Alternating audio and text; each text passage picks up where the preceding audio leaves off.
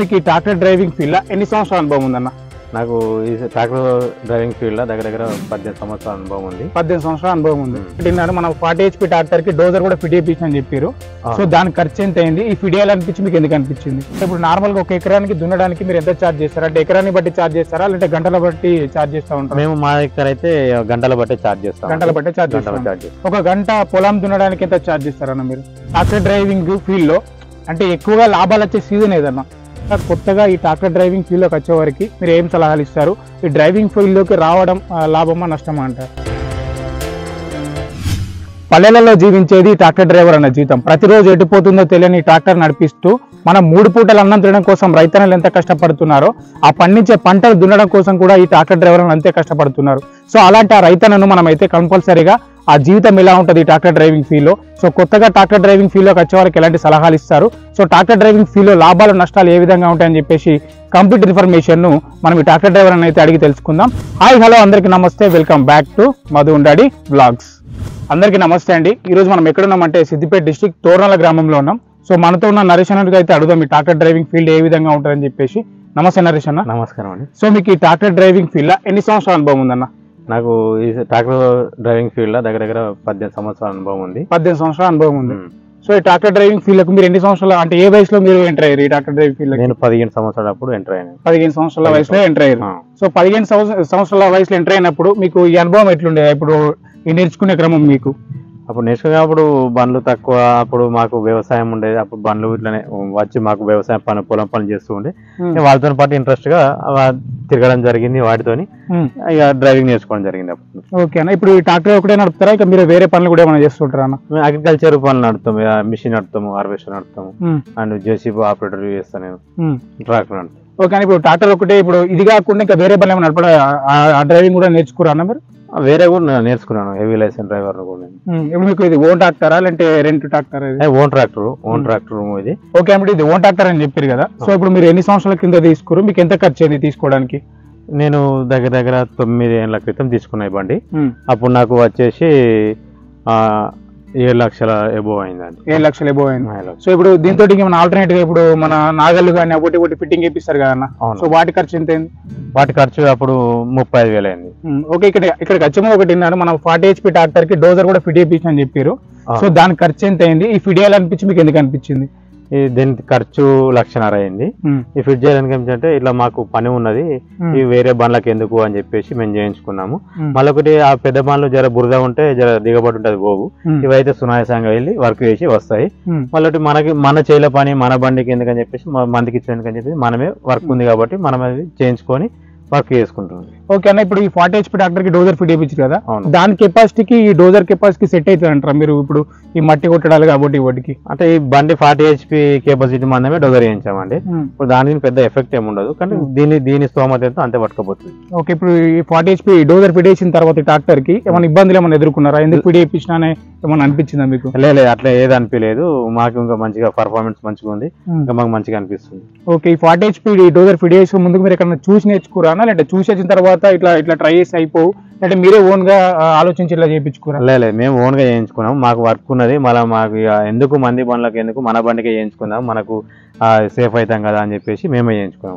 Okay అన్న. ఒక tractor అనగానే మనం మాక్సిమం ఎన్ని పనులు ఎక్స్పెక్ట్ చేయొచ్చు ఒక ట్రాక్టర్ తోటి? ఇప్పుడు పొలాలు దున్నడాలు, ఇప్పుడు మీరు ఇట్లా డోజర్ కూడా ఇప్పుడు ఫిట్ చేయించారు కదా, ఇలా ఎలాంటి పనులు ఎక్స్పెక్ట్ చేయొచ్చు ఒక ట్రాక్టర్ తోటి? మనం ఒక ట్రాక్టర్ తోని అగ్రికల్చర్ కు ఏ పని కావాలో ఆ పని ఏదన్నా చేయించుకోవచ్చు, దానిలో ఏమి వెనక పోయే అవసరమే లేదు.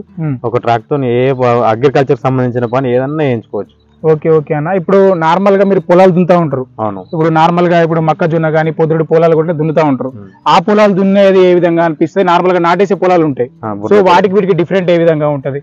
నాటేసే బురద పొలం అయితే కొంచెం బండికి కొంచెం దమ్ చేయడానికి కొంచెం వెయిట్ పడుతూ ఉంటది, మనకు ఏది దిగబడతా ఉన్నది అది ఒక టెన్షన్ ఉంటా ఉంటది. ఎలుగడైతేనేమో డీజిల్ కొంచెం తక్కువ అవుతా ఉంటది, కానీ ఎలుగట్ల జర బాగా ఎత్తేస్తా ఉంటది, కొంచెం ఇక నొప్పులు ఇప్పులు ఎక్కువ ఉంటాయి. బురదనైతే అట్లా ఏమి ఉండదు, సునాయాసంగా వెళ్ళిపోతా ఉంటది బండి. ఓకే అని ఇప్పుడు నార్మల్గా ఇప్పుడు బురదల్లో దున్నడం వల్ల ఏంటంటే చాలా అనారోగ్య సమస్యలు వచ్చాయి. అంటే ఏంటంటే బండికి ఎఫెక్ట్ అవుతా ఉంటది, మనుషులు కొంతమంది ట్రాక్టర్లు బోర్ల పడతా ఉంటాయి కదా. అవును. సో అలాంటి సిచ్యువేషన్ ఎందుకు క్రియేట్ అవుతాయి అంటారు? బాగా దిగబడి దానికి వర్క్ కావాలని చెప్పేసి దాన్ని గట్టిగా అల్లకి వెళ్ళాలని కొట్టేస్తే కట్టె మన కేజీలకు హాఫ్ కేజీలకు కట్టె పెడితే ముంగట్లు వేస్తుంది. కొంచెం దాని అజాగ్రత్త ఉండడం వల్ల వెనకకి పల్టీ అవుతుంది, ఇక మనిషి చావడమే ఉంటది. అలాంటి ఇబ్బందులు కావద్దనుకుంటే మనం ఎలాంటి జాగ్రత్తలు తీసుకుంటే బెస్ట్ అన్న? అలాంటి అంటే వెనకాల కల్టివేటర్ అన్నా లేకపోతే గుర్ర అన్నా వెనక పక్కా ఉండాలి. వాస్తవానికి చెప్పాలంటే ఏం ఇంత దిగబడ్డా కానీ వేరే బండి తీసుకొచ్చి గుంజేసుకోవాలి. అలా కట్టగిల పెట్టి కొట్టడం అసలు కరెక్ట్ కానే కాదు అది. ఓకే, అట్లా కొట్టడం వల్ల కూడా కొంచెం ఇబ్బందులు జరుగుతూ ఉంటాయి, ఒక్కోసారి ప్రాణానికి కూడా ఇబ్బందులు అయితే ఉంటాయి. అవును. ఓకే అన్న, అదే విధంగా ఇప్పుడు నార్మల్ గా కొత్తగా ఈ ట్రాక్టర్ డ్రైవింగ్ ఫీల్డ్ లోకి వచ్చే వరకు మీరు ఏం సలహాలు ఇస్తారు? ఈ డ్రైవింగ్ ఫీల్డ్ లోకి రావడం లాభమా నష్టమా అంటారు? ఏదైనా పని చేసుకుంటే ఏదైనా అవుతుంది, కాదని కాదు. కానీ డ్రైవింగ్ ఫీల్డ్ అంటే ఇక వాళ్ళ ఇంట్రెస్ట్ ని బట్టి, వాళ్ళకి ఎంత ఇంట్రెస్ట్ ని బట్టి ఉంటది. కానీ అంతా ఏదైనా ఏది ఫ్యాన్ కింద కూర్చున్నట్టు అయితే ఇవిడైతే పనట్లయితే ఉండదు. ఏంటంటే నార్మల్ గా ఇప్పుడు డ్రైవింగ్ చేస్తా ఉంటారు మీరు. అవును. డ్రైవింగ్ చేస్తా ఉంటే ఇప్పుడు ట్రాక్టర్ మీద కూర్చొని నడుపుతా ఉంటారు కదా, వెన్ను పూసల సమస్యలు కానీ కొంచెం వినికిడి సమస్య కానీ అలాంటివి అంటూ ఉంటారు. సో అది ఎంతవరకు కరెక్ట్ అంటారు? అది వెనికిడి సమస్య అయితే ఏం లేదు, కానీ వెన్ను బ్యాక్ పెయిన్ అయితే పక్కా వస్తుంది. వాళ్ళు నడిపే విధానం బట్టి వాళ్ళు ఈ ఎలుగడ్డ ఎక్కువ దున్నుతారు కదా, దున్నప్పుడు ఎత్తేసినప్పుడు అవి ఈ మన డబ్బా వర్క్ చేసినప్పుడు మట్టి తోలినప్పుడు ఈ గుంతలకి ఎక్కువ అయినప్పుడు జర బ్యాక్ పెయిన్ అయితే వస్తూ ఉంటది.